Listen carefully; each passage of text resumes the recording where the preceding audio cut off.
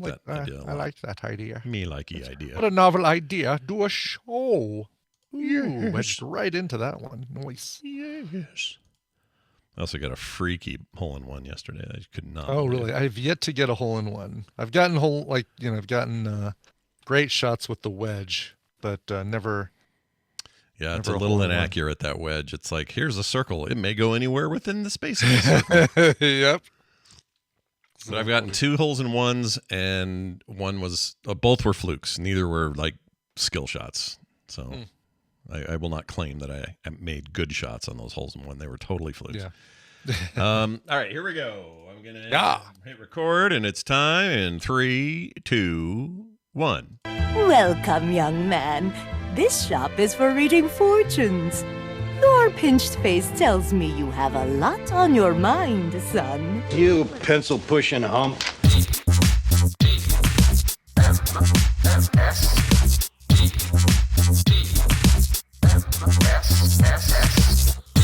This is the Morning Stream with Scott Johnson and Brian Ibbett. Big ol' freaking dirt blanket.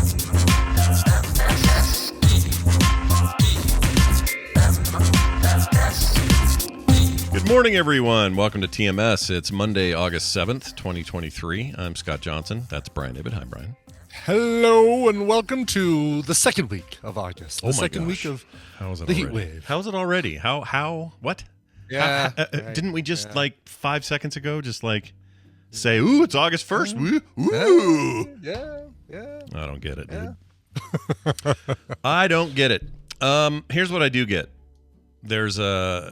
I have the 2 things in my head right now. There's a COVID surge, right? What's going on? Oh, is there another one? Okay, Yeah, great. summer COVID surge. Good news is it's not a new variant. Bad news is we're probably going to have 2 or 3 of these surges every year for the rest of our lives. It's fine, whatever. Yeah, It's just the new that's normal. why we've got. That's why we've got boosters. That's Just gotta right. Get them boosters. They got some new fancy booster coming out in October that's supposed to be more refined Oh, interesting. for the newer variants and stuff. But anyway, Yeah. I'll be getting that. But Yeah. all I can think about is so Kim's sister and brother or her brother-in-law and sister who moved to Mississippi here recently to build a house down there, Steve and Sarah. They used to just live up the road from us. Yeah. Well, they're in town because he's got to deal with some business stuff, and she's coming back from the Taylor Swift concert in L.A. with her daughter. And That's right. Okay, yeah, she was lucky enough to score tickets for that one, huh? yeah, Nice. Yeah. So all I'm Awesome. thinking is we got a house full of temporary people. They're going to be here for the next 4 or 5 days. And if there was a place you were going to maybe come in contact with somebody who maybe has a little bit of the vid, it might have happened in L.A. This last At a weekend. giant concert in Los Angeles. Yeah, lots of fun. But anyway, they said that concert was real good. They had good tickets, and I guess that Taylor Swift, man, she knows how to fill them seats and get the business done. It's I don't know. I haven't really heard of her before all this, but sounds like she's really going places. Yes, that little country starlet has really gone places. Yeah, she's really making a name for herself. Whoever this T Swifty is. Didn't it feel like things turned in the right direction for her in a major way after Kanye said, "I'm going to let you finish"? Like it was that moment. It certainly did not hurt. Yeah. Like I wonder if she didn't hurt. secretly thanks him under her breath. And I think also she's been really helped by the hubbub around her re-recording all of her albums, the Taylor's versions of all of her albums. Oh yeah. Just to get her rights back, her ownership of her music back, because they sound, virtually the same to me. Sure. Mostly. I mean, there's a couple songs where she's changed a couple things up, but it was more the publicity of her announcing that she was doing that and the popularity of her doing that I think has given her a nice little boost as well. She deserves all the credit she gets. She seems like she's hardworking, stoked, and creative, and seems like actually a pretty good person, which is nice, Yeah. Yeah. So that's good. I can't hold a boyfriend. That's the sad thing. Just can't. But it's great for her music. But she just can't hold a boyfriend. It is. As long as there's going to be a string of failed relationships, there will be quality Taylor Swift sad breakup songs. My only real thing is Swifties will get you if you piss them off. These people. Oh yeah. Legion fans. They're like BTS or K-pop. Mega fans, they're very hardcore, and if you cross them at all, They will cut you. They will murder you in your sleep. So I'm just saying, Swifties, we're cool. We like her. She's great. Yeah. All right. Yeah. Don't look at Brian and I and say anything. We have not said a negative thing about Taylor Swift. We have not. No. We're in the clear. Yes, we support you. Yes, we promise. Okay, so we need to give away a prize. Stand back and check your personal belongings. It's time for the morning forum. We asked you guys who you'd rather have lunch with, Cillian Murphy or Killian Murphy, or Margot Robbie, or Margot Robish. I don't know why I said that. Anyway, which would you rather do? And boy, howdy, is it weighted in one direction and not the other? I'm going to guess that it's weighted in the Margot Robbie direction. You would be correct. 80.2% of respondents say they would much rather have lunch with Margot Robbie. A paltry 19.8% remaining would have lunch with Cillian Murphy.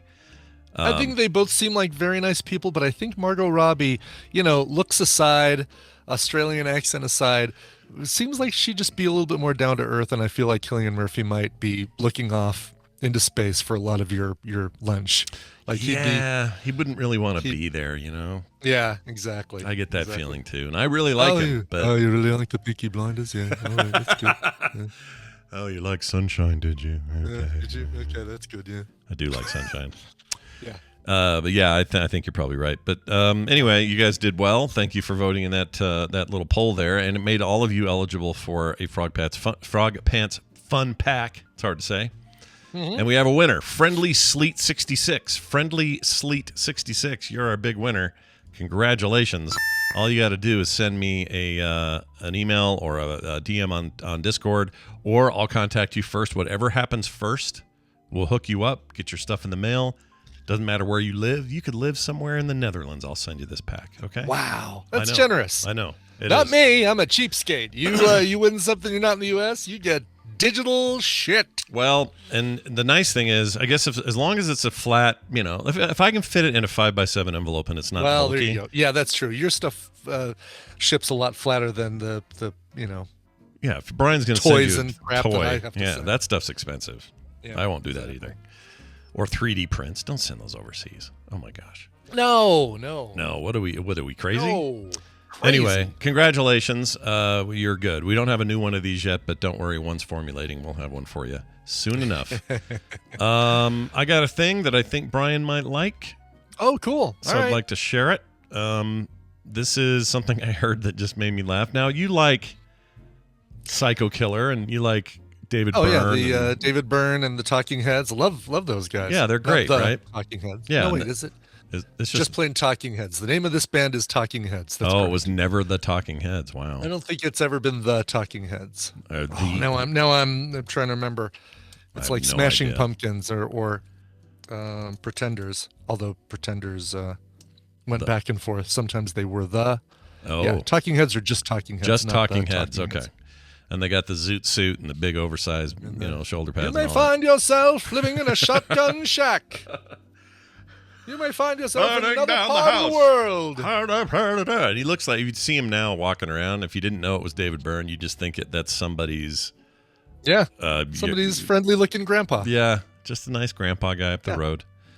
It turns out it is his lovely house. Anyway, so here's the clip. Now, I know you have at least some passing okay fondness for bands like Disturbed, some metal acts. Yeah. Oh, yeah. Disturbed is less screamo and more, melodic. I like metal. Disturbed a lot. I like, there's some bands in that kind of the middle area between the heavy stuff and the hair metal.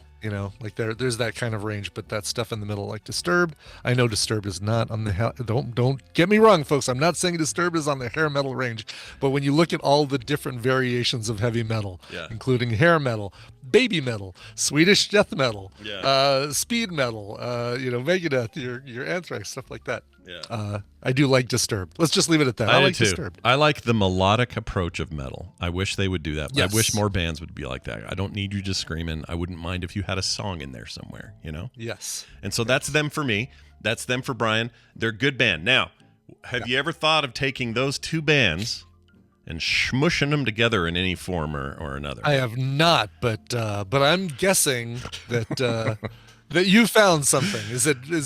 Was it created by AI, or is it did humans? Humans made this, it makes it more impressive, I think. So sadly, the YouTube archive people are not going to hear this, but live people and audio people will. So check this out. Here we go. Great. I love That's great. Okay, that's awesome. That's I pretty was good. like, this sounds the same, but then you get into yeah, that's awesome. I wonder if they regret. So it's down with the sickness is where that comes from. But everybody memes it on everything. It's like, is there a place where we could have those guys do that weird thing? Yes. Okay, put it in and make it weirder. I don't know why they get that, but they do. I loved it. Oh, that's great. So I heard that and I went, that's a fun Brian thing for a Monday morning. Yeah, for sure. You know, we're here anyway. Might as well freaking might as well. Speaking of doing shit, let's get our pal Brian Dunaway in here. For sure, yeah. Just talked to him yesterday, that fine fella. Oh, you did you? Talked to him about the Mystery Men. Well, you and I both did. Oh, right. Yeah, because of Film Sack. We recorded Film Sack yesterday. That's right. That's right. I think people should listen to that episode because... Yeah, I think they should listen to the episode rather than watch Mystery Men. Yeah. Yeah, maybe. I don't know. I'm still kind of torn on it. I think you guys all liked it more than I did. I think of the four of us, I rated it the lowest. I may have swung a little more back to you, though, I think. With this watching, like previous to this, I really thought highly of it.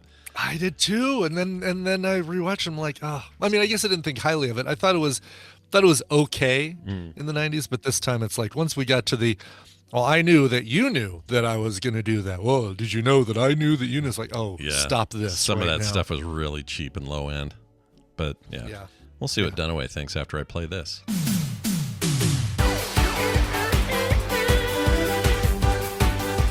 Music signifies it's time to have a little game and do it with our old pal Brian Dunaway, who's on the phone. Hello, Brian.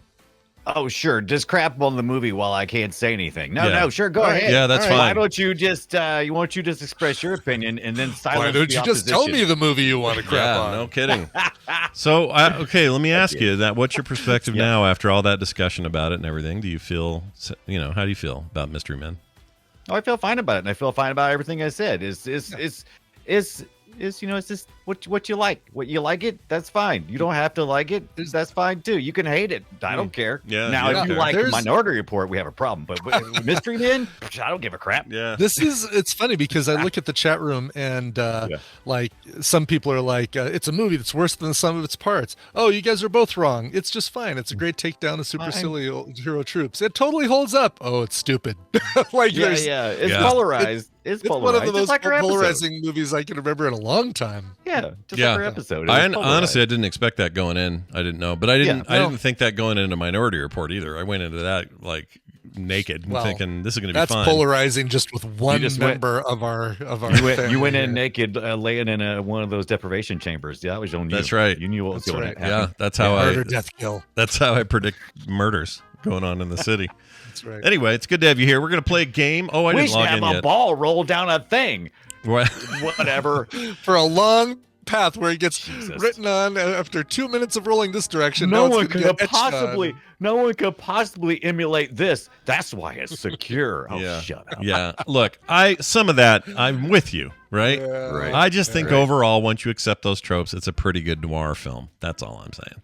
Yeah. And you're entitled in my to your entitled stupid-ass opinion, exactly. You're entitled to your dumbass opinion. That's what I say. I am finally logged in here, so that helped us burn a little time. Thank you for that. All right, let's get to it. Brian, you want to explain these rules and how Brian and I can win prizes? Paragraphs. I better get to this. Welcome to the morning half-asses, a trivia game where I'm actually going to be giving Scott and Brian the answers.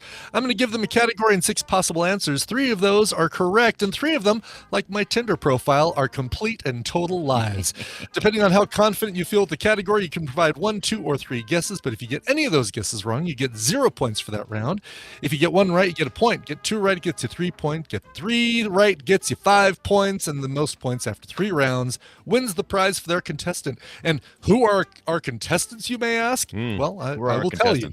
You say it again, Brian? What? Who are our contestants? Oh, I'm so glad you asked. I've pulled them from members of the Tadpole that aren't able to listen live. Scott, you're going to be playing for Rob Usden in Hamilton, New Jersey. Nice. Longtime listener. Brian, you're going to be playing for Cameron Knight in Twin Falls, Idaho. That's a great name, Cameron Knight. You know what? Does feel like a TV character. Shout like a out Mystery to, Men character. Yeah, it does. Shout out though to Twin Falls. Twin Falls is a beautiful little town. It's awesome. It is. Yeah. Yeah. Not much of Idaho impresses me, but that little bit does. Oh, well, you need to go to Coeur d'Alene then, my friend. Yeah, That Coeur will d'Alene's really impress nice. them. You're right. Yeah. And yeah. you know what? Boise's pretty cool now. It's kind of artsy and kind of fartsy. I like it. Well, I was gonna say I can't say how it is now. I've been there since the mid '90s. But anyway, let's get to this. All right, so we've got you guys both logged into the game here. I've got the first question. Let's start off with a little bit of science and nature. More on the nature, less on the science. Okay. Trees. How well do you know your trees? Oh, not very well. I watched Fern Gully. Oh, good. Then that should prepare you perfectly for this. Which of these 6 are conifer trees? The hemlock, the cypress, the beech, the larch, the hawthorn, and the hornbeam. There's a larch and The hornbeam. I like The that. I larch. like this. Crap is a hornbeam. I've never even heard of that one. that one's probably true. It's probably real. I know that's what I'm afraid of. Well, Is it's a that's python going to be thing, true? right? Oh, The well, larch. yeah. The hornbeam. Do I want to click on it? Hornbeam. Spit some beech nut in that guy's eye. No, I'm going with those two. All right. All right. Locked in. You guys both locked in on cypress. That is. Yeah, because it's a conifer. It is a conifer tree. Very good. One of you said larch. One of you said hornbeam. And the one who said larch is correct. Damn 2 it. points for Brian Dunaway for the start here. Hornbeam. Hemlock being the other one. Hemlock, the cypress, and the larch. Is it Done with trees. Isn't hemlock like a poison or something, isn't it? Or can't you extract something from Yeah, I hemlock think bark? there was something that You're thinking of Nightmare Before Christmas, right? Was I? Hemlock. I was thinking of hemlock. There's old-timey- yeah, wasn't that a thing that Shakespearean, like they used hemlock to kill? Did Romeo ingest some sort of hemlock thing? Oh, I can't remember. maybe she Did poisoned herself first. did he do the thing? Something with the hemlock. I'll tell you, man, that whole Romeo and Juliet thing, that was like tragedy. It was terrible. It was, Yeah. Oh, what a tragedy! What a tragedy. bummer. Yeah, that was. You might even define it as a tragedy. When it comes to Socrates her. drank hemlock. Okay, that is. Oh, All right. Socrates comedy. killed. What did I Socrates get? killed himself, poisoned himself. Sorta. I didn't know Sorta. that. Oh. That's He wild. sorta did. Somebody's I guess. saying it's the weed, the hemlock weed is what kills you, not Oh. the tree what kills you. It's the hemlock weed. What killed you? It's exactly. All right, let's get on. Let's move over to products. Products. Which of these are perfumes for women? I'm going to try and say these in a perfumey kind of way. Cuba jungle snake, Oh my lord. warm front, elitist, pigeon's blood, Jesus. Facebook, and detour. Facebook. I want Facebook to be right, even if it's not. Perfumes for women. See, this could be Right, such it's wrong. bullshit. I could go into the bathroom, grab some Lysol, and call it Facebook for women. Yeah. And I could sell it. So these are actually sold on Amazon, is what you're saying. That's right. Yes, you can go and buy. And I think you can go and buy any of the 3 of these that are perfumes. Once again, your choice is Cuba jungle snake, warm front, elitist, pigeon's blood, Facebook, and detour. Only Oh 'cause my it's funny to me. gosh, dude. All right, I'm Only 'cause picking it's funny to 2. me. I don't know. All right, both locked in, and congratulations to both of you for not choosing any of the actual answers. Dang it. Hilarious. The real ones are Cuba jungle snake by Cuba Paris. Oh, dang it. by Menon. The other one, Elitist by Lamani, sorry. Yeah. And Pigeon's Blood by Yama. I almost went with Pigeon's Blood. Pigeon's blood is a real. I like the thing? idea of Pigeon's detour, blood. though. I Yeah. gave that I know, credit just Detour- because I just Warm gave that Friend credit because as well. it sounded good. Yeah, it I think sounds Warm real. Friend is a good one too. I like a woman with a good warm friend. Anyway, let's get on to our last question. And here's another one that I'm going to try and intro very well. You shovel it very well. Thank you. Yeah. We open up the commercial on a housewife. She's doing her cleaning. She's washing the dishes, but she's looking longingly off in the distance. Which of these 6 are products that were pitched by Don Draper on Mad Men? Oh, Really? Okay. God, I didn't really watch this all the way through. He I'm bad. pitched 3 of these 6. Were they Kodak slide projectors, Huggies diapers, London Fog raincoats, Mr. Salty pretzels, Island Pacific Airlines, or Life cereal?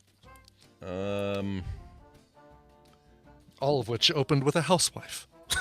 I'm going to do 3 of those because why not? I'm going for broke here. Okay. Ooh, go for broke. Yep. Brian locked in on, he's locked in on 1. I only know one of these for sure. The rest are Which all one do you know for sure? Kodak slide projectors. That is correct. Kodak slide projectors is one of the 3. Yeah. Another one of the 3 is Life cereal. Dang it! I almost went Life cereal. And the third Almost one went is the one you guys both selected, London Fog raincoats, meaning Brian Dunaway skunked. Total skunk. Got on this one. Didn't you do that last week? I think you skunked me last week too. Well, on Feud, but not half-assed. Right. I think you eked it out last week. Okay, Well, so last then week, I don't think we were here. So the pressure is on. We weren't here last Monday. That's right. Yeah. But But the when pressure. Brian and I played in your absence, Scott, he totally did. So pressure's whooped on his for ass. Wednesday, where I really need to show my medal. So, congratulations going out to Cameron Knight in Twin Falls. You are getting a copy of Guns and Fishes. Remember, it's that game where you shoot fishes out of your gun. And Izmir and Independence Simulator, both of those on Steam. The person who won those, by the way, last time wasn't able to use them. So, Oh, okay. I was going to already say, had didn't we both give of that those away games. last week? Yeah, we tried. It was We tried. the We did Brian, our right? best. The Brian already exactly had who it. it was. Yep. Yeah. But that's okay. Rob Houston, you're getting a copy of Soul Flow. I Oh, don't know what that is, but it sounds like something that'll make your hair sparkle. like Soul Glow from Like Soul Glow. Now that sounds like some woman's perfume. Yeah, it does. Well, Soul Soul Glow Flow, was yes, it does. Glow. What was that from? Coming It to was America. from Coming to America, yes. That's right. Soul Glow. Yeah. Over working at McDowell's. Oh man. Right. Excellent work. Eric B. What was the guy from You reckon? ER? Eric LaSalle. Eric LaSalle. Yeah. Oh my gosh, I forgot that was him. Yeah. Nice pull. was, Dunaway, look, this is fine. Okay, your win today probably feels pretty good to you, but you're gonna have to try again on Wednesday. Do you have anything to say before we go from you? I'm playing with my light phaser for my Sega Master System right now, trying to play some Rocky 3, and I'm sad to report it's not working. So I'm hoping that NES will be in before, because I ordered an NES light for our show this week. Oh, light NES, guns, yeah. light So wait, gun, yeah. hold on, was the Rocky game a light gun supporting game? Did it? Rambo 3. Or Rambo, sorry. I'm sorry, I might have said Rocky. Rambo 3 is a light gun game for the Sega Master System. And it wouldn't work? You can't get the gun to work? No, and I'm pointing at my CRT for anybody who writes in and said, modern TVs don't support the frame, blah, blah, blah, blah. I know. I'm pointing at a CRT, and it's flashing from my triggers working. The controller is working, but the light part's not detecting the hits. So Weird. I'm going to have to dig in there, see what's going on, so you can hear it. Yeah. Oh, yeah, I can hear it. Oh, I hear it. I can hear it. Yeah. I know that sound very Totally well. can hear that. Yeah. Ah, that's I'm exciting. going to bring it this when I come. Hopefully I have it fixed, but I'm going to bring it to Asheville when we meet up next. Look Oh, at you. cool. Bring a little Excellent. retro Holy business. Yeah. Mm-hmm. We're not going to have time for everything. Wow. Sure. And bring your PS2, because you're fools for I'm not saying you don't bringing, want I'm a not PS2. bringing anything that takes a lot of space, because I'm living out of a carry-on bag. Yeah, that's how you want to live. That's Ooh, how a you do carrion it. bag. Is that like Carrion. like It's a got bird? filled with squashed bird meat? Yeah, bird meats. Yes. Brian has the Bird bird meats. meats. Yeah. So anyone going to Asheville, you know what to do when you need a snack, all right? Yep. Brian's Yep. back. That's right. I have the bird meats. Carry on. We're so it's fun that you bring all this up, because on Wednesday our Play Retro is all about NES peripherals. We're going to talk about Bob the robot. We're going to talk about the glove, the power glove, the gun, which was called the oh shit, what did Nintendo call it? Their gun? No, yeah, but they had a name. The Zapper. Zapper. The Zapper. There you go. Yes, the Zapper. You either had the orange for later on. Thanks, Bob Dole. Or the other, the gray. Thanks, poor kids who got shot by cops thanks, Bob because Dole. they lifted up a zapper and Yeah, good point. Nintendo was like, oh, you got to put orange on the end of the tip. Forget that. We're making the whole thing orange. Yeah. Screw you guys. Yeah. Bob Dole says that gun's you need to put an orange thing on the end of that gun, Bob Dole says. Anyway, that'll be Wednesday, but we'll talk more about that then. Brian Dunaway, have a great rest of your week and kiss our butts. Okay. Okay. He's out of here. Let's now do news. It's Monday. You know, you need to be informed. Yeah. You know, We provide the news, so Yeah. you don't have to. That's right. Don't go to CNN or Fox or any of that. Come to us No, gosh, no. for the real stuff. Here it is. It's time for the news, and it's brought to you by. Hey, Scott, I hear you have things to give away. What's all that about? Well, tomorrow at 2 p.m. Mountain, it was going to be today, long story, but now at 2 p.m. Mountain, I'll be putting that order through for all these decks, the final order. So I can't do it today, but the plan is tomorrow. It's all scheduled up on the live video, so if you go check it out at frogpants.tv, you'll see it. I'm just going to, this weekend I went through a whole bunch of stuff. I'm doing a bit of a clearinghouse of items, objects, bundles, stickers, prints, whole bunch of stuff, including some things from our stores of stuff back east.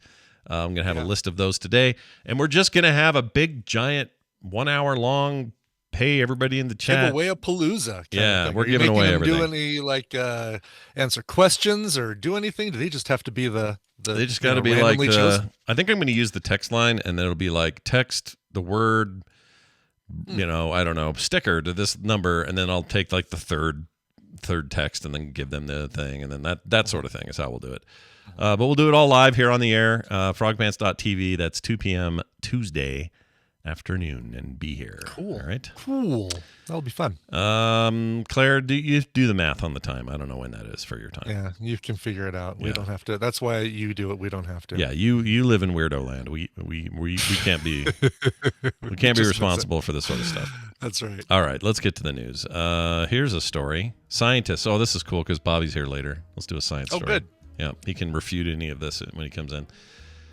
Scientists find the playful part of the brain, and they did it by tickling rats. A rat tickler. Yeah. That just sounds like something you have to buy at a sex shop. Yep. Got to go down to the blue. We went downtown. That was Right. Fascinations to buy your own rat tickler. Oh, what was ours called? Blue something. Someone in the chat will know this. Blue Lagoon or no Blue? It's famous for all of its sexy wares.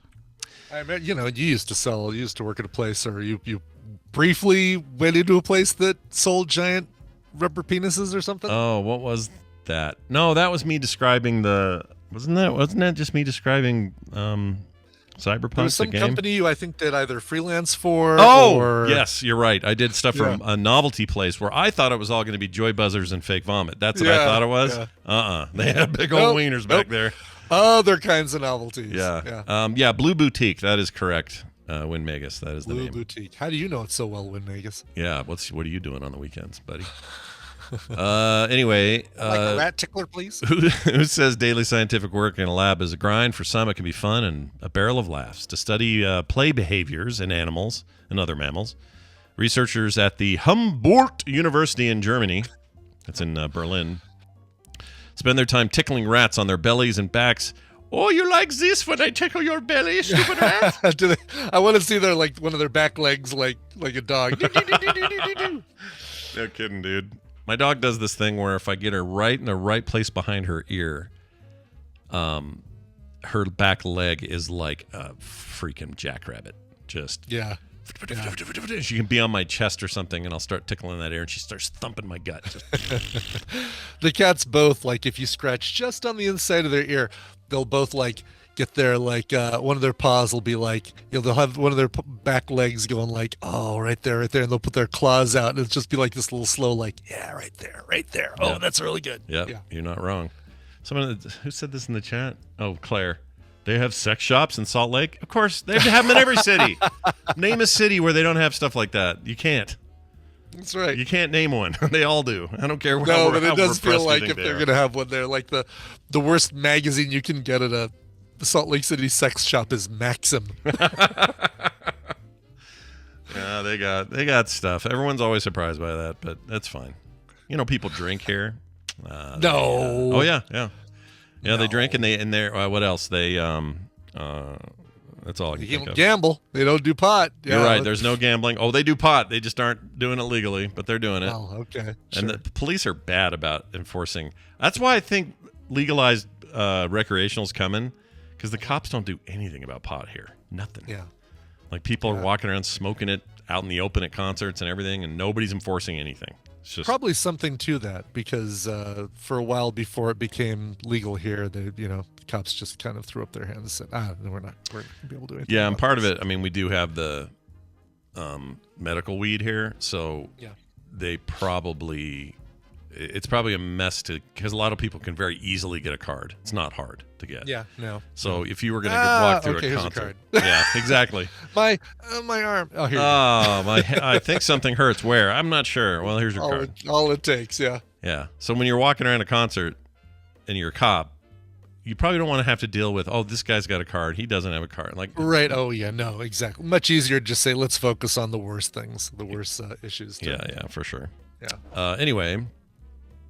So they're tickling these mice, and they say after reading their touching the brain. Good. That's right, and they say that the data on brain activity is helping them understand where our stuff comes from. Like we kind of know a lot about where aggression comes from, what part of the brain is generating that, what part of the brain, that sort of thing. That's where aggression comes from. So now we get to find out where all the fun gets there from. Right, what part of the brain is the fun part, and then we can maybe amplify that. Yeah, let's tickle it. Fix the world by amplifying the fun parts of our brains. Yeah, get rid of the aggressive part. Yeah. The title of the study is literally "Play and Tickling Response Map to the Lateral Columns of the Rat's Periaqueductal Gray." Yeah, that's totally it. What's that word, dude? Try that. Periaqueductal. That's a big one. Periaqueductal? I bet Talia knows. Talia, how would you pronounce this? Yeah, Talia would know this. Periaqueductal. I think you got it. Periaqueductal. That sounds right. The question is it qua or caductal? Oh, good question. What if there's like there we go. I put it in the chat. I'm sure, you could copy and paste that. Let me see if there's a reader. The word the people are trying to learn to pronounce is, this is a medical word that it is meaning to tickle a rat and find out what part of the brain and the word is pronounced kumquat. Kumquat. Okay, here we go. I found one. Wikipedia does not have it, but this does, though. Periaqueductal. Periaqueductal. Periaqueductal. That guy's excited toward the end. Listen. Periaqueductal. All right, well, we learned a little something there. Let's move on to this story. A woman says Popeyes employees, the Popeyes chicken. Yeah, I love that chicken for Popeyes. Oh, I do like Popeyes. I do like Popeyes too. Yeah, it's pretty good.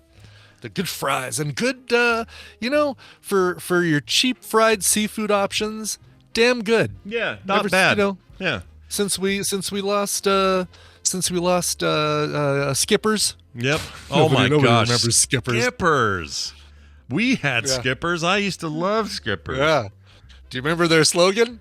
No, we're going out of business soon. What was it? Sea Galley had the. Did you have Sea Galley as well? No.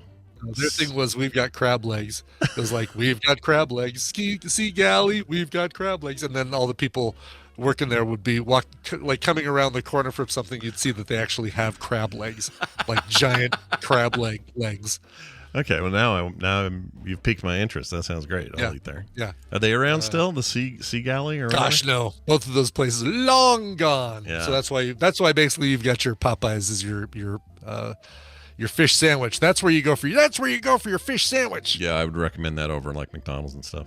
For sure. But how come I didn't do Popeyes for a fish sandwich when I was doing the because there was one right by the Jack in the Box where I did that.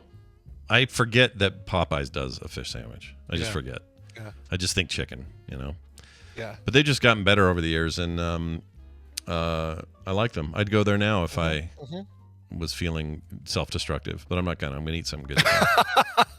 I'm gonna eat well today. Oh, I went to a place yesterday with Kim that we were all excited to try because there was going to be the first one here, the Kona Grill. There's one in Vegas. There's one in Denver. You've heard of these guys before. Lots of them in Denver. Yeah, they're great. Yeah, there's a whole bunch in back east, and they're kind of all over the place, but we finally got one.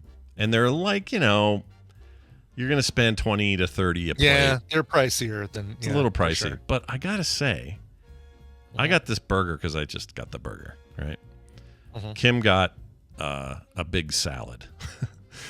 And Okay. the salad was amazing. Really good. I had some of her salad. Fantastic. Gigantic thing. She couldn't eat it all, but it was really good. These avocado egg roll things they gave us for starters, also excellent. Really good.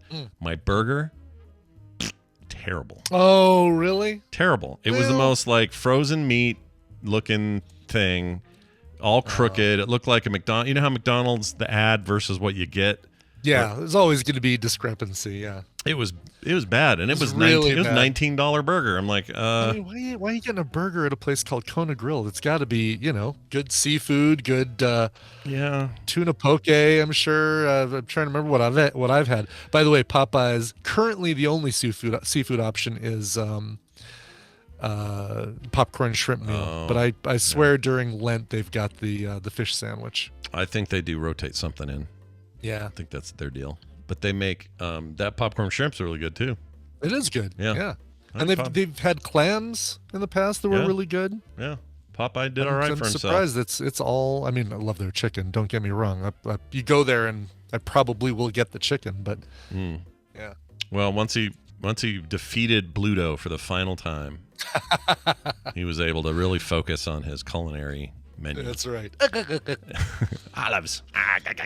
Olives. I'm glad. And I was about to do the Gladly Pay You Tuesday, but that was wimpy, and That was wimpy. You're Popeye right. never had to say that. No. Wimpy probably would have not liked that burger I had at Kona Grill either. No, he would have said, "I gladly take my money back for a burger tomorrow."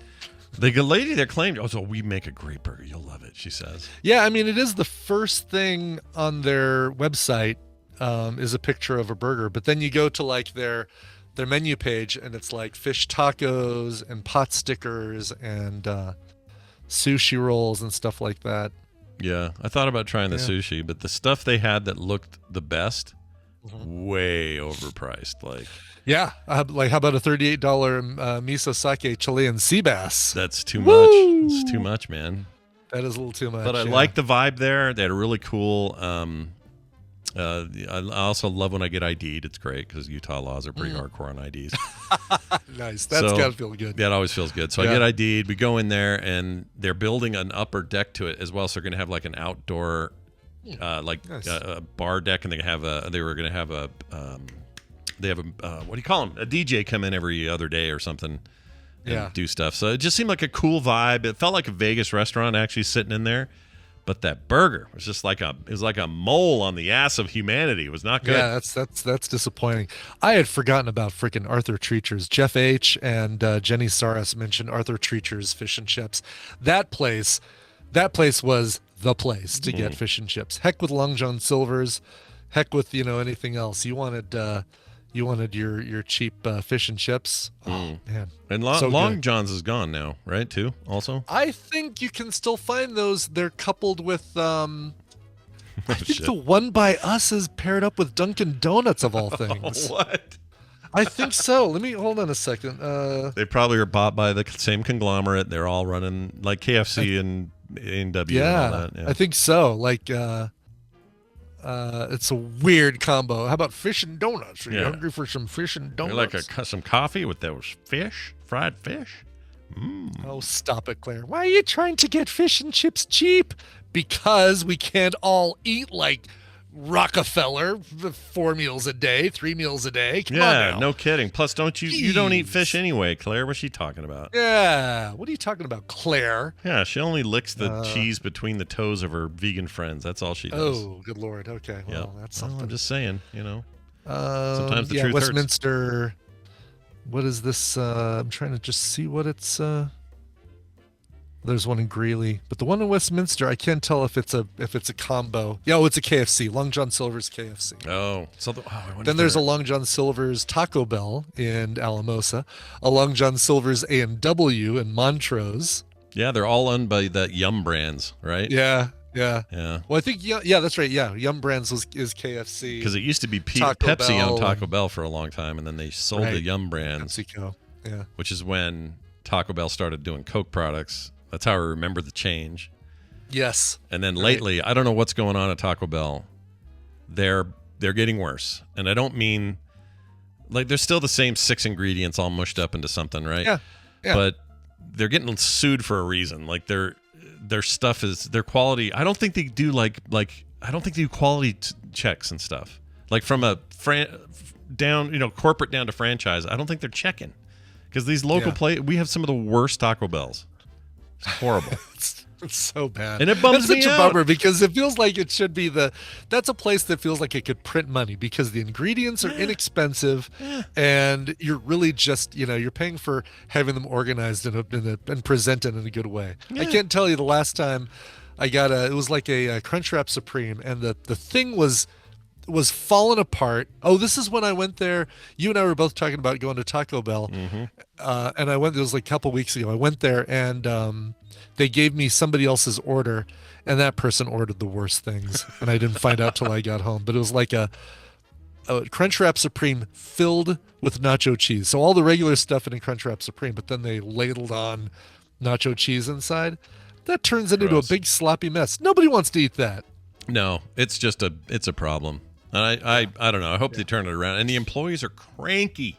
None of them are happy. None of them are excited to help you. No. Like, all I got to do is drive a little further to In-N-Out or a little more further, and I could go to, I don't know, Chick-fil-A, any of those. And they are all run by people who seem to be stoked. They're all like, well, how you doing? Let me take your order. No problem. Here it is. Yep, we got that. And the food comes nice, and it looks like the pictures, and it's, totally. That's how you run a fast food restaurant. Freddy's happy employees, man. Give me Freddy's happy employees any day of the week. Like, what's going on, Taco Bell? Yeah. Anyway, this Popeyes thing. We haven't even gotten to the story yet, have we? No, we haven't. That's pretty good. See, this is the in-depth journalism people TMS, expect. Yeah. Woman says Popeyes employee ripped her hair out because she complained about wrong order. Not the Popeye employee ripping their own hair out, ripping out the hair of the customer, like grabbing their hair and yanking it out. Wow. Yeah. This is an Atlanta woman. Oh, Georgia. Oh, geez. Filing a lawsuit against Popeyes and several employees at the location she visited last September. Denitra Dawson says she went to the Popeyes on Cleveland Avenue to get dinner with her children. She said her order was wrong, and when she went to the drive-thru to have it fixed, but said the employees inside weren't listening to her. She says she pulled up to the window, and the employees began yelling at her because she was holding up the drive-thru. One of the employees then came outside, opened her passenger door, climbed into her car, and began attacking her, she says. Says the employee ripped her hair out of her scalp, leaving a large bald spot. Oh, my God. Yeah. Wow. Yeah. Police identified 3 employees involved in the attack as manager Tennister Evans and her sister and daughter. Really? Are they all working? Identified the 3 employees. Exactly. Tennister and her sister and her daughter. Yeah, that's all running that Popeyes little family location. I guess so. Yes. That seems like maybe half your problem. Anyway, they recovered and saw her braid that they had ripped out and said, "We ripped that bee's hair out by her head," according to her attorney. It took my identity. It took pride in my hair, says Dawson. I don't even think I was going to make it back to my kids. Popeye says, "We have absolutely no tolerance for violence of any kind at any Popeyes restaurants. The franchise of this restaurant confirmed the incident took place in September of 2022, and the employees involved were immediately terminated. We cannot share any additional details, as there is still an active lawsuit related to this incident." Anyway. I mean, what do you expect when you name your restaurant after a sailor who beats the shit out of a guy for looking at his girlfriend? Is Popeyes based on Popeye the Sailor Man? I don't even know. I don't know either. Yeah, I mean, Popeyes, it would make sense, right? Popeyes and I always wondered that though, because then somebody once said, "No, that's Popeye. It's based on Popeye Doyle from French Connection." On the Waterfront? Yeah, or no? Was that Popeye Doyle? Was that what's his face's character? Gene Hackman's character from not On the Waterfront. It's Chinatown, right? Or not Chinatown? Not China. French Connection, right? French Connection. Yes. Yeah. Okay, I'm just going to real quick here, just look at a little history. Popeyes. It's now offering girl dinner. What the hell's that? Oh, geez. Popeyes Louisiana Kitchen. Where's the origin Popeye story? Doyle is a fictional character played by Gene Hackman in The French Connection, and The French Connection 2. Did not know there was a French Connection. I didn't know there was a sequel. I had no idea. Yeah. I don't think people think very highly of that. This time it's personal. Yeah. Because as far as I know, that second one never gets talked about. The first one people love, though. Yeah. One of the best car chases of all time. Oh, I can't find any history, so whatever. I'd love to know it though. Was the guy sitting Actually, around going? here is the deal. It is named after the the fictional character. It's let's see. How did It's they get named away with after that, the though? fictional character Popeye Doyle from the French Connection. Oh, really? Yes. Alvin C. Copeland Sr., 1972, opens Chicken on the Run in the New Orleans suburb of Arabi, serving traditional Southern fried chicken. After several months of lackluster performance, he reopens the restaurant as Popeyes, named after Popeye Doyle of the French Connection. What? What?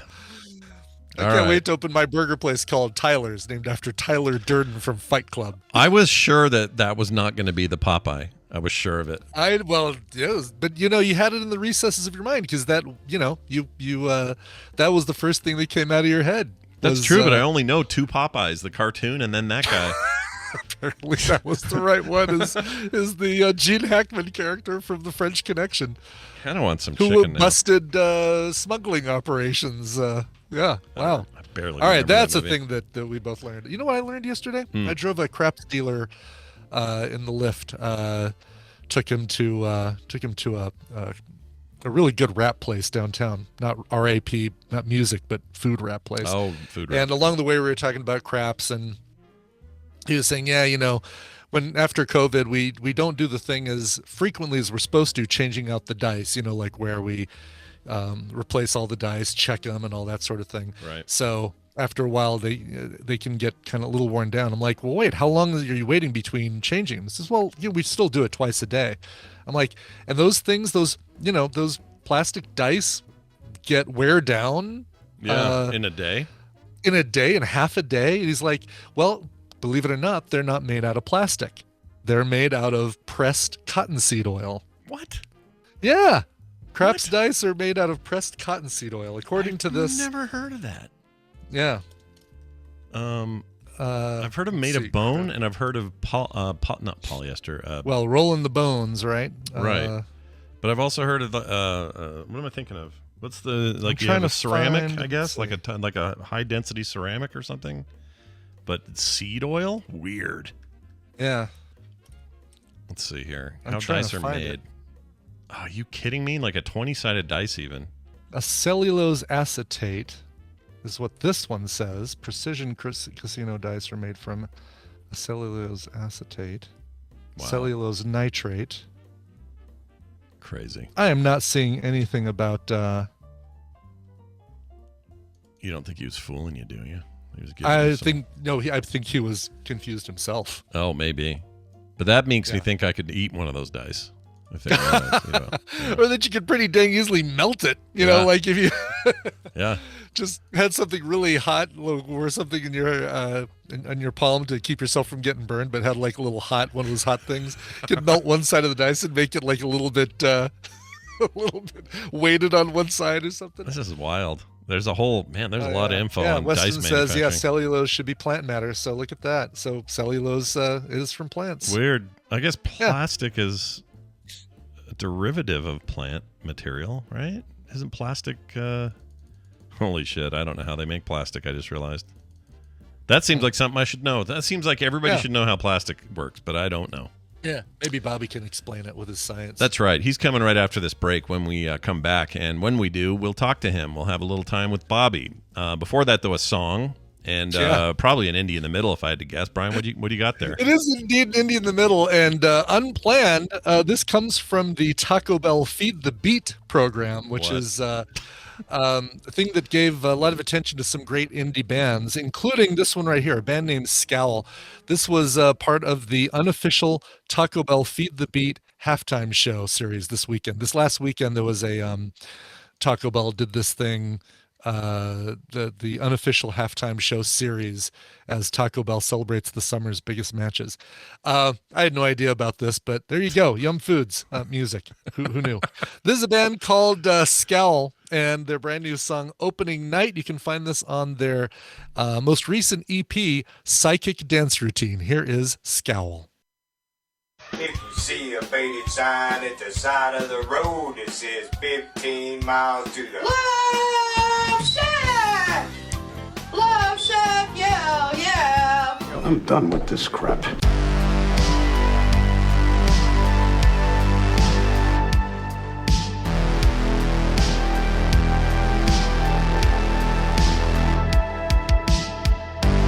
And we're back, everybody. Who was that one more time from the Taco Bell Music Factory? Oh, you're talking. I was wondering who that was in the karaoke segment. That's got to make you feel good about your karaoke performance in Vegas. Hey, that band, by the way, you just heard was Scowl and their song "Opening Night" from the EP, their brand new EP, "Psychic Dance Routine." Yeah, that clip. I'm done with this. See a faded sign. Yeah, that makes me want to never feel bad about my karaoke again. Yeah, you really can do. You can do no wrong after listening to that clip. Especially basically. this lady.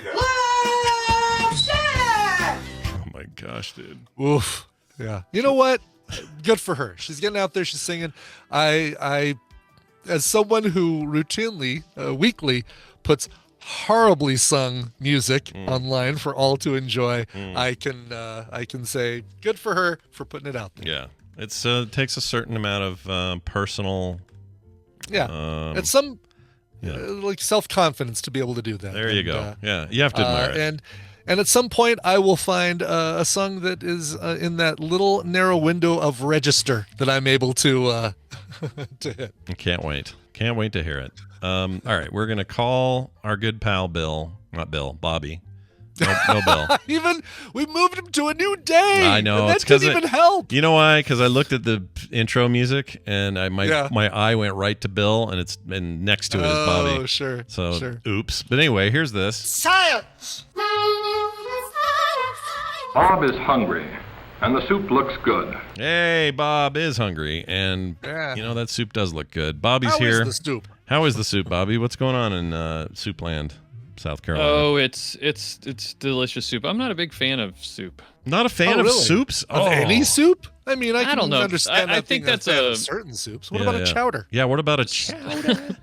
Chowder is probably the last soup I would reach for. I don't know. Oh, why. really? Okay. It's not like I dislike soup. So even saying I'm not a fan of it, I think is a strong statement. Like if you gave me a soup, I would eat it.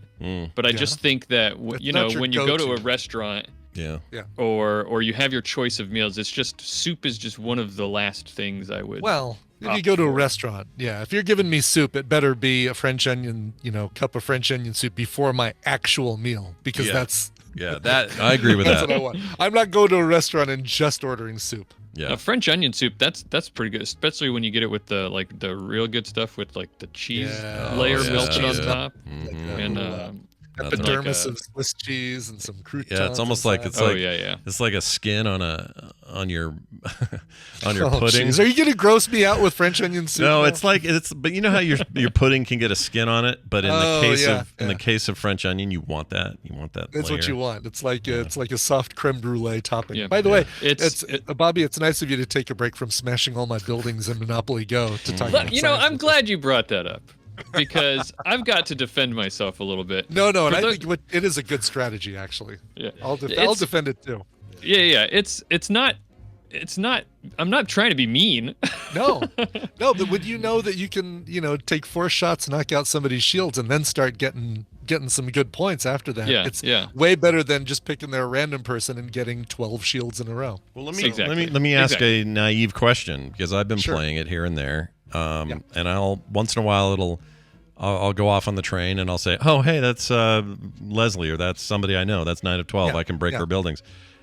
Are you able to target somebody? Like there is. There's a button at the very bottom of your screen that says change opponent. And by default, it shows you who's been targeting you the most and puts them at the very top so you can get revenge. If you're friends with me, I'm always at the top of your list, apparently.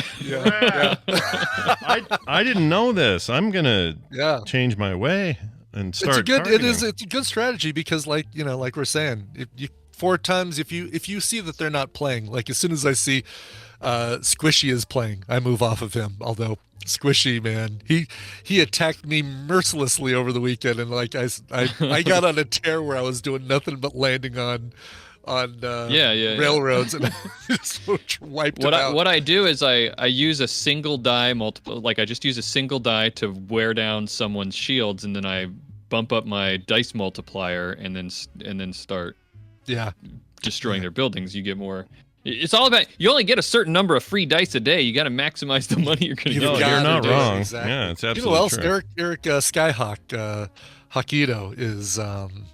He's a rat aggressive. bastard. Yeah, he is. Yeah, yeah, he's a rat. In a bastard. game like that, it's very random. So you got to jump on every chance to affect that randomness that you get. Yeah, have you guys ever Scott, cleared? You ever cleared the whole community chest key thing before opening the chest? I did that one time. Really? Time? Okay. Yeah, it the was so closest lucky. I got was all but one.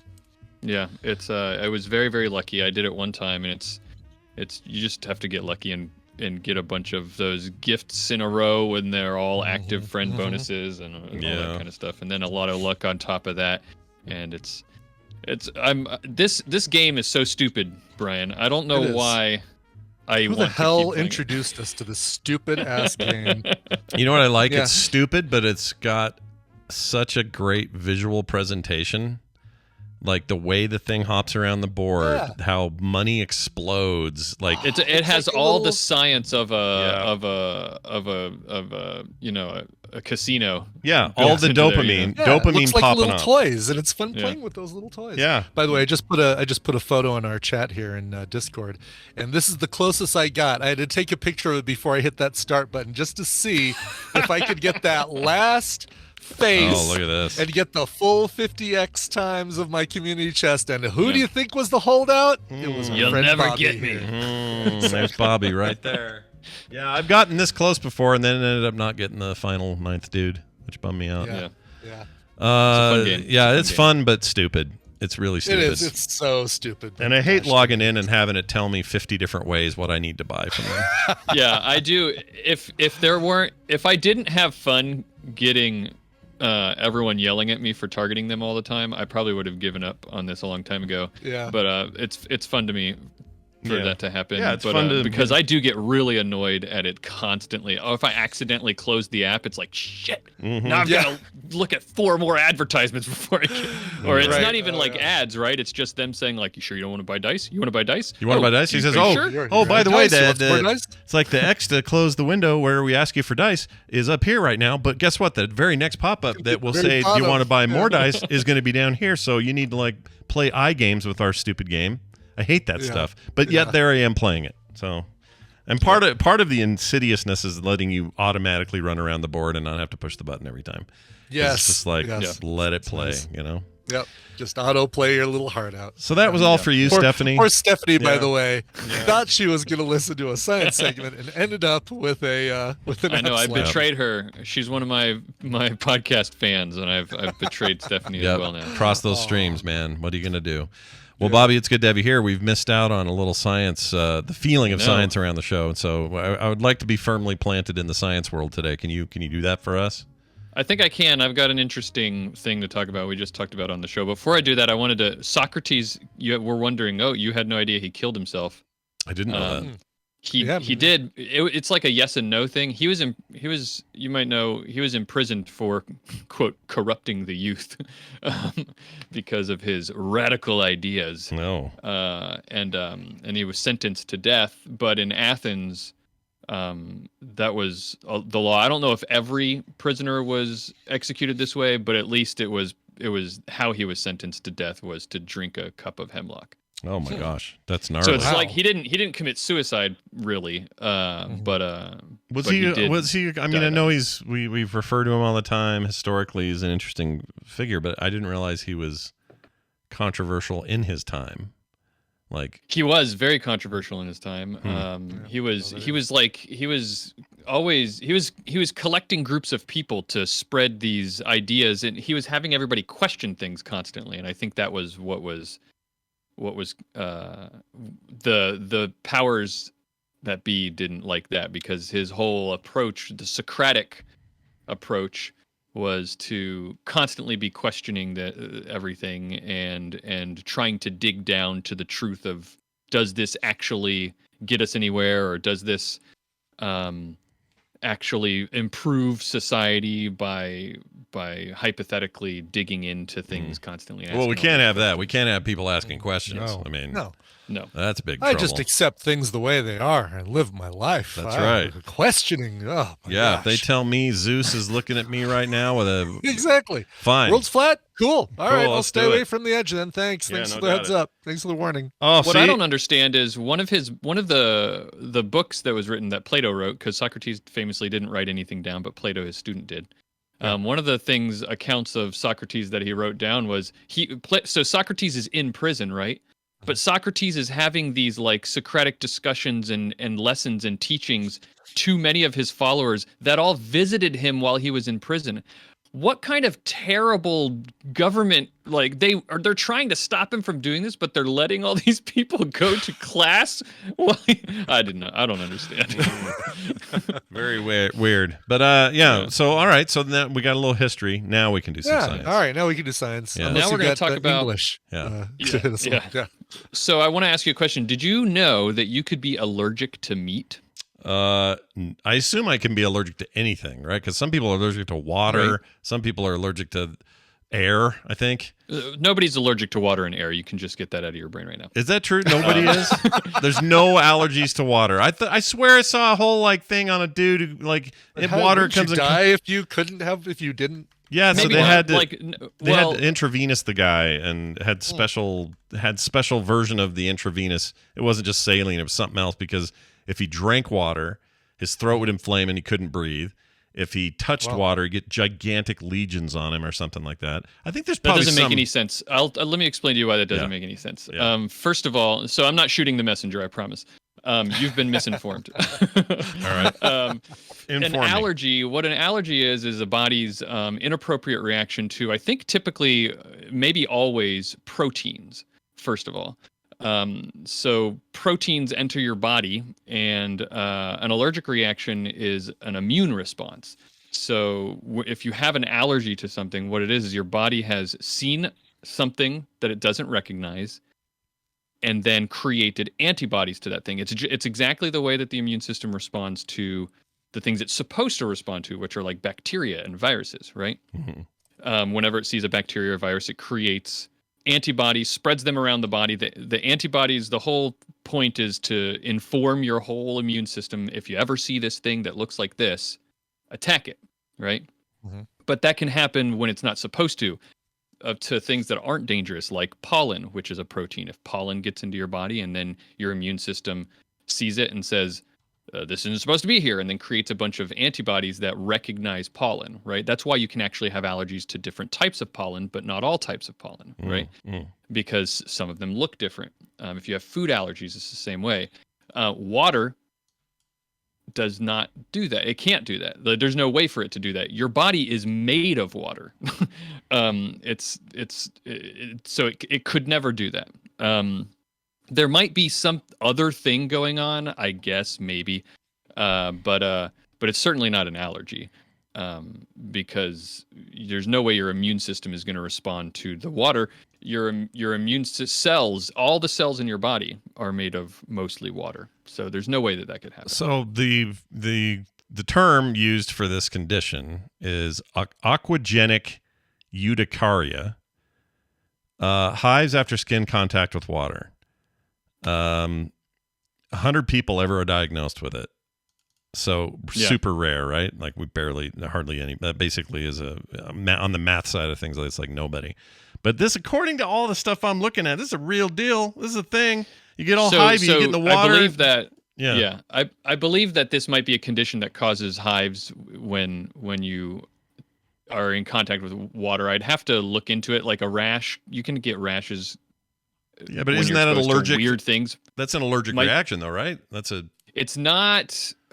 Okay, so if I'm thinking about it, so it wouldn't necessarily be a true allergy to water, in the way that I just described. That's what you would call it. But first of all, there are some things that are called allergies that really aren't. They're just a common way of referring to them.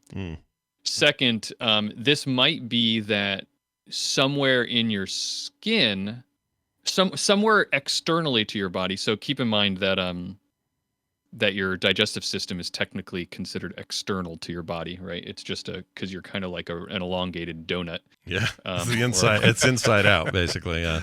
Yeah. So if it's possible that an external exposure to something could cause a reaction that would produce something inside the body that would then cause a runaway reaction. I'd have to look into it. In fact, I just Googled it, and I'm going to look at this later because that's really fascinating. Cool. Yeah, it'd be interesting to know more about that too. But in terms of a pure allergy, it's not really an allergy, but it couldn't be an allergy in the strictest definition of because allergy. you've got water in your cells, and you know being allergic to yourself. Yeah, like you're saying. But I'm happy to be proven wrong about this weird thing. My sister, actually, I'm reminded, she had weird reactions to if it got too cold. She would break out in hives and stuff like that. So oh wow. So there are weird things, your skin and the external parts of your body that are supposed to protect against the environment can have weird reactions to the environment. So sure. That's really interesting. But this is a meat allergy. Yeah, that's right. Yeah, let's get to the meat. I want meat. I've got meat in my cells too. Actually, my cells are mostly gravy. Oh man, that's delicious. Exactly. So the way I just described an allergy, you can imagine how it might be really strange to be allergic to meat, and you might think that it couldn't really happen, right? Because famously, human beings are made of meat. Yeah, quite famously, yes. Some of the most famous human beings are made out of meat too. Yeah. Exactly. So it would be weird if you would be allergic to the protein of meat, right? Because how could your body make it past the fetal stage if it was attacking allergic its to own itself? Yeah, sure. Exactly. But there are meat allergies, and the trick is that it's certain types of meat, namely beef, pork, rabbit, venison, lamb. I think those are the main ones, maybe the only ones. And those types of meat have inside them an extra chemical component called, it's a very long name, but I'll just shorten it to, it's called alpha gal, if you've ever heard of alpha gal. The girl I dated in high school was called alpha gal. The very first girl I dated was alpha first gal. one. The alpha gal, yeah. She was in charge. Most of them turned into betas. Yeah, hopefully Stephanie is the omega gal for me. Right. I'm going to make a Valentine's card. Oh, I like that. You're my omega gal. You started as my alpha gal, now you're my omega gal. Yep, that's great. Right. So alpha gal is this carbohydrate that attaches to the proteins in those types of animals. So it's all throughout the muscle tissue of those types of animals. And for most of us, it's not a problem. It's just a natural part of the way their bodies are. And for most of the time, it's not a problem because we just eat it. And remember, your digestive system is technically external, right? So it's unlikely that the alpha gal chemical, the alpha gal carbohydrate, would get into your bloodstream attached to that protein where your immune system would attack it. But it does happen, and we've known about this for a while because of you remember we talked about pig heart transplants last year. Oh yeah. That's why pig organ transplants have been so difficult, is because pig, they have this alpha gal component. And so if you ever tried to transplant it into a human, the immune system would recognize the protein, the meat protein with the alpha gal on it. It would create these, it would have this overreaction, create these antibodies that would attack the alpha gal, and then it would destroy the transplanted tissue, right? Right. But it's never been seen as an allergy. Like that would cause that's a very specific set of circumstances where your body would do that. But this recent research has been done that has identified it looks like around 450,000 people in the U.S. seem to have these alpha gal antibodies, and so technically have an allergy to these types of meat. So how is that happening? Why is that happening? And it turns out that it's because of tick bites. Oh, shit. Oh, really? Yeah. Okay. Stupid ticks. So I hate them. Yeah. You already hated ticks because they cause Lyme disease. Now they also cause meat allergy. Yeah, they also caused me at 10 years old to have to stand naked in a camper while adults checked me for ticks. Yeah. I never forgot that. It was a horrible experience. Did you ever have ticks? That has affected you, yeah. It has. I hated it. Oh, I had Did you one ever- tick did- once. You, Yeah. you did? How did you get rid of it? Yeah, what'd you do? A hot spoon. I was at A hot a spoon, family wow. reunion in South Dakota. Tina's family's reunion, South Dakota, at this place called the Dampier Lodge, and walked around in the woods there. Got a tick on my leg, and what we did is we heated up a spoon and then put it to the back of the tick, and I can't remember if it crawled out or if it just died, and then we just pulled its body out. So I think the goal is that it needs to crawl out, right? Because it leaves too much, like leaves a bad part of it. It leaves the head, I think, Yeah. burrowed in. Because that's when I was a kid. That's what my mom used. Not a hot spoon, but would use matches. Would like light a Yeah, match, blow it same. out, and use the hot end of the match Yeah. on any ticks that were found to get them to back out, and then you grab them with some tweezers or something and pull them out. Right. And we were sufficiently scared as kids because we had a neighbor who went on a camp out with a bunch of scouts or something. And when he came back, he had a tick, didn't know it, and ended up getting what they called at the time, I don't know what the real science term for this is, but they called it Rocky Mountain Fever. And he was messed Sounds like up for a while. It was like jacked. Oh God, that would be. Yeah. Ugh. Wow. Wasn't good. I don't know there's probably a more medical term for it, but Sounds like an old country song. it though, does. Rocky Mountain. Rocky Mountain Rocky Mountain Fever. Disco and country crossing over there. Yeah. Pretty good. Disco Nugent. country. What a bad combo. But now, Anyway. so have you ever heard of the Lone Star tick? Yeah, Sounds like another country song. it's Ted Cruz's nickname, isn't it? I think it is. The Lone Star tick. I think that's right. Absolutely. Yeah. That's Yeah. right, yes. Uh-huh. It's a common tick in the sort of the middle areas of the eastern half of the United States, so it doesn't surprise me if you'd never heard of one. States like Missouri and all the way over to North Carolina. We don't have a lot of them in South Carolina, but there are some. And the Lone Star tick apparently is known to have alpha-gal in its saliva. So if you get bit by one of these ticks, it can transmit the alpha-gal carbohydrate into your bloodstream. So it's not that you're just eating it now. So you weren't allergic to it before. You weren't allergic to meat, but you get bit by this tick. It transmits this into your bloodstream, and then you have the immune response to it and build these antibodies. And suddenly, now these people who get bit by this tick are suddenly allergic to meat now.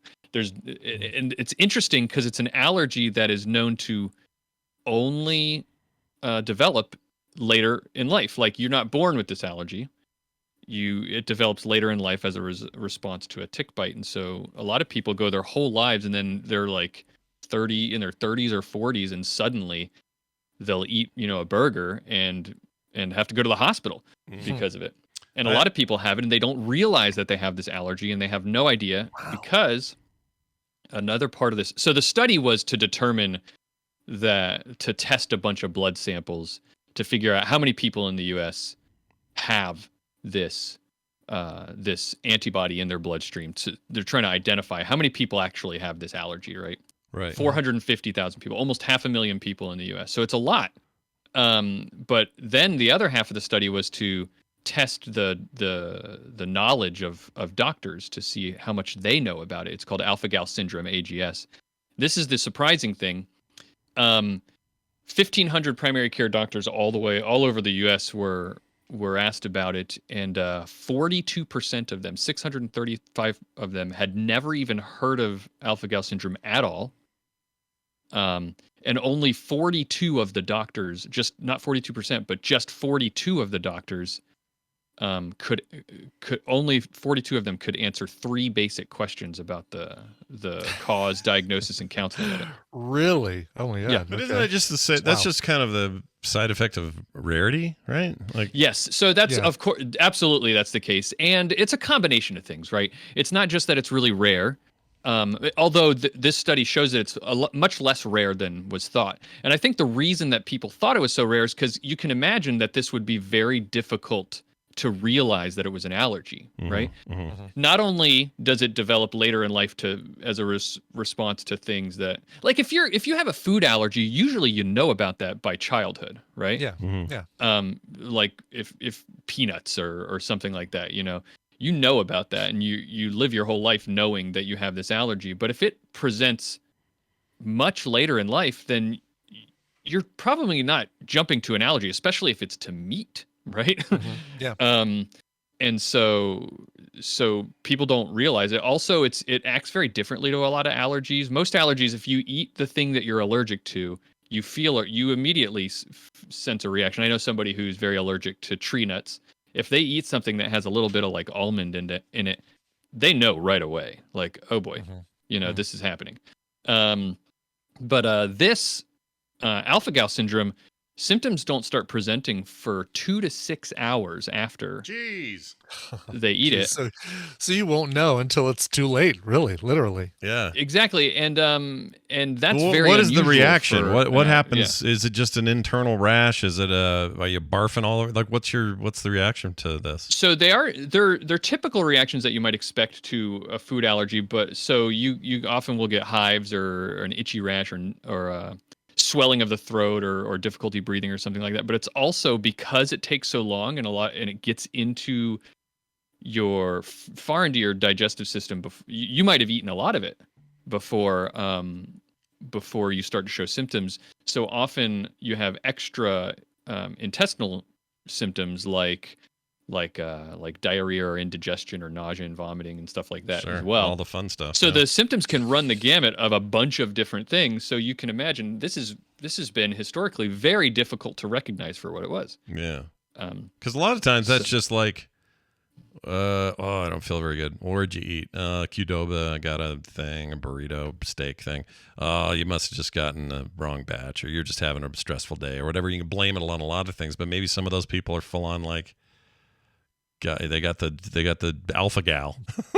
Yeah, they got the alpha gal. They got the old alpha gal kicking in. The old alpha gal. I don't want to be allergic to meat because I really like meat. And no kidding. That's I don't. Well, so I'm glad you said that because it's not all meat. The more boring meats like chicken and fish. Wow, I like chicken and fish. Down. The boring meats. but I think they're like considered the healthy meats, right? So by virtue of that, everybody thinks they're boring meats. But I like chicken and fish. But those don't have this. Those animals don't have alpha gal in their systems, so those ones are fine. But the reason I wanted to bring it up because I talked about it on the show, and a lot of times I like to pick things to talk about to you guys about that are different than what I talk about on the show. Yeah.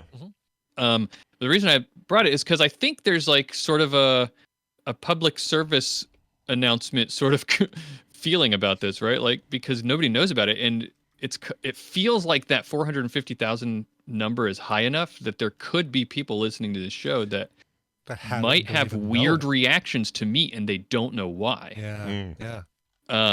Or things that they eat. So if you think that it could be, there are a couple things that you should do. Definitely talk to your doctor about it, but your doctor might not know, right? We just talked about that. So you should possibly talk about seeing an allergist. They might be more likely to know. And go ahead and start keeping a log of your symptoms and the food and the meals that you eat. Because one of the first things that an allergist will have you do if they suspect a food allergy is start to do that. And if you've already been doing it, you can save yourself sometimes weeks of data collection, It's a good idea. Yeah. Yeah. So that's something. That is the first thing they're going to ask you. Okay, here's a notebook. Make a log of everything you eat, and do my work for me. Yep. Yeah, lazy allergists. Right. Exactly. Jeez. Bums. Is it? Let me ask you this. So I got a friend who, when I knew him, he was just a kid. He was in my little scout group, but he had horrible, really hardcore peanut allergy.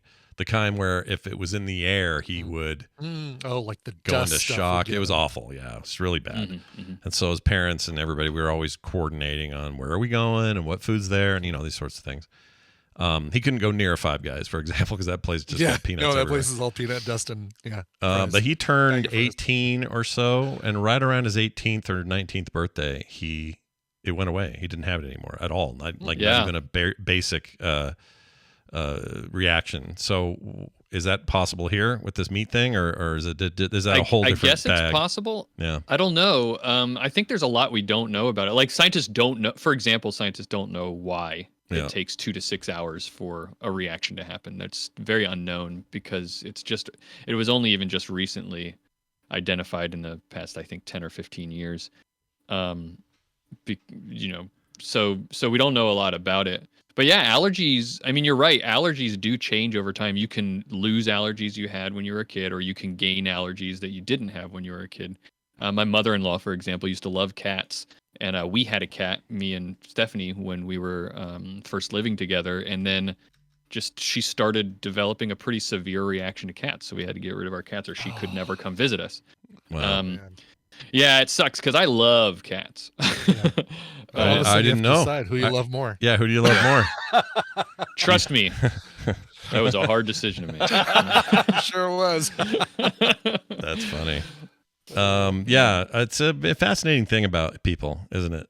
This whole this part of us, like our body's desire to, in some cases, like reject things that just don't make sense. It's like, I get that if I fall into some poison oak, I'm going to have a reaction because there are properties to those leaves and to that plant that are designed specifically to irritate tissue. Like we know that. Yeah.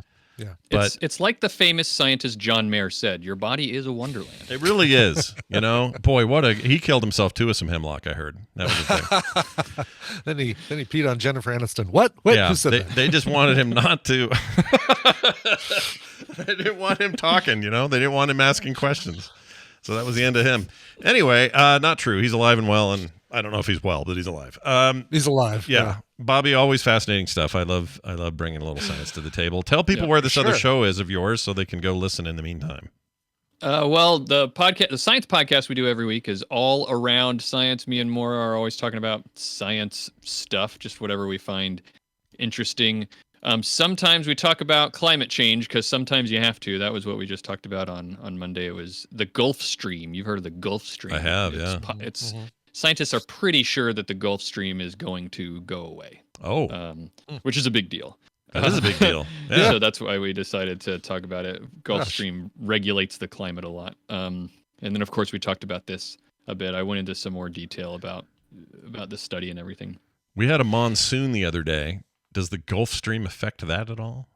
Well, monsoons, I believe. So monsoons happen in the Pacific Ocean, so you probably didn't have one of those. The local meteorologists all said in a rare occurrence, Salt Lake City, the Valley had a monsoon storm. I could be wrong, but I think monsoon Scott's about to Google it.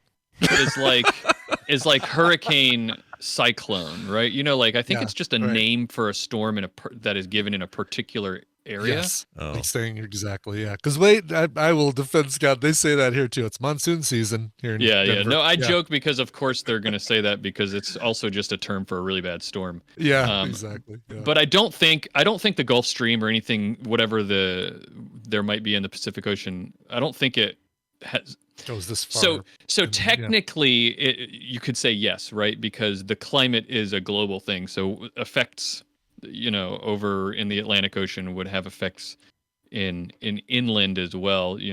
Dr. Ian Malcolm taught us all about that in his famous talk about the butterfly flaps his wings. You are gonna. It's very sparkly. The direct effects on the climate that the Gulf Stream have are on Atlantic coastal climates. Yeah, so. I don't know why they tell us that then. It's annoying to me. I don't like being misled. Like this, I just did a quick search. Can you have a monsoon in Utah? And all the results are monsoon season in Utah kicks off. Another one says the give and take. Monsoon season starts fires, supports containment in southern Utah.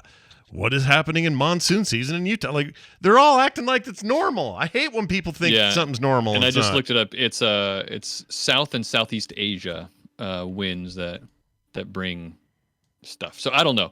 I don't know what the technical definition is, but they at least originate from winds in the The internet makes me think I'm going crazy is what it does. That's what the internet does. Well, excellent. Bobby, it's always fun having you on. I can't wait for our next time to do this. In the meantime, go smell a cat, and we'll see you later. Bye. Wow. Well, smell a cat. Jeez. He likes cats. He's into them. He's into Oh, it. yeah. He wants to just get all up in one, you know? I don't know if he wants to get all up in one. Maybe there's a better way. Maybe the wrong way to put it. Earlier in the show, I didn't see it till just now, but earlier in the show, Claire sent a little audio file. I don't know what it is, so this could be dangerous. I don't either. I got one too, yeah. Let's see what it says. Okay. I'll just play it. Periaqueductal. Oh, how does she know Okay. that? How does she know that? Is that true? It's an Irish term for when you accidentally spill your Guinness on the floor over your fish sticks and your box tea. This is what happens when you come and live in my country. Periaqueductal. All right, we'll take your word for it. Okay. All right. Thanks for the lull at the front there, Claire. Yeah, what was that Thanks. laughing Thanks a about? lot. Good Lord. Yeah. Very They said nice. periaqueductal wrong, huh? Speaking of scientists, we have a real scientist in our listenership. Her name is Dr. Nikki, and she sent a call in. Now, this call is 1.22 minutes. Or no, I'm sorry, 1 minute, 22 seconds. Okay. And it's a correction. Is it the voice of a satellite? A satellite lost in space, wistfully wishing that it could... I mean, I kind of wish it was, but instead it's just Dr. Nikki down in Alabama cloning sheep or whatever she's up to right now. And she had this correction to make. I don't know if it's a correction so much, but just to add to the conversation we had a couple of weeks ago. So here you go. Hello, C and Barnacle. This is Dr. Nikki for TMS, and I wanted to talk to you guys about the Animal Facts Octopus Brain. Yes, I'm about 2 weeks behind on TMS, but my commute is too short to listen to a whole episode every day. Okay, so I'm probably not somebody who you want to talk about animal facts around, because I will always be like, well, technically, actually, it's more complicated than it seems. So I had to bring up the octopus fact because I'm an animal brain person, but they don't actually have 9 brains. They have one central brain and then really elaborate nervous systems in each of their 8 legs, so like octo, 8. And those are called ganglia, which are basically like clumps of neurons that have specialized jobs but aren't exactly a brain because they can't make decisions.